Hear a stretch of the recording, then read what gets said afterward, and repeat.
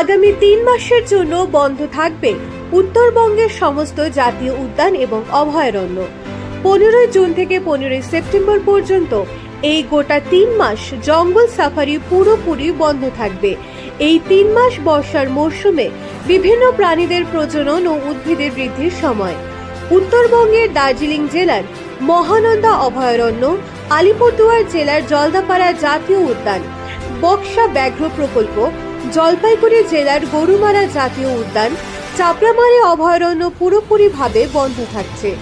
বন বিভাগের তরফে জানানো হয়, সকল পর্যটকরা আগামী 3 মাস গরুমারা বন্যপ্রাণী বিভাগের অধীনে নেওড়াভেলি জাতীয় উদ্যানে প্রবেশ করতে পারবেন না। রাজ্যের প্রতিটি বনে একই নিয়ম প্রযোজ্য হবে। এই 3 মাস জঙ্গল সাফারি বন্ধ করার মূল কারণ হলো এই বছর এই সময় বন্য প্রাণীদের প্রজনন